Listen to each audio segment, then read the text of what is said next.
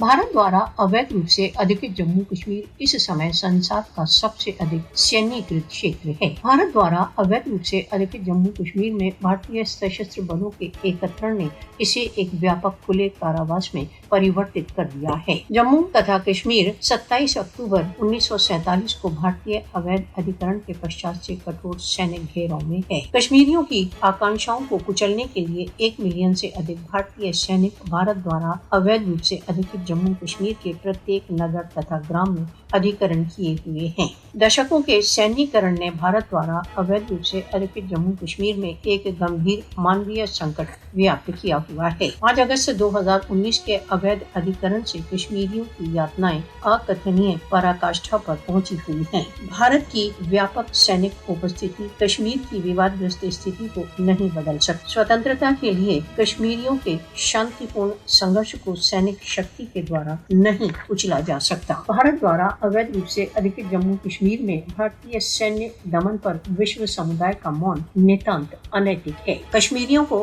राष्ट्र संघ द्वारा दिए गए स्वयं निर्णय के अधिकारों के वचन को तोपों तथा दमन द्वारा मौन नहीं किया जा सकता।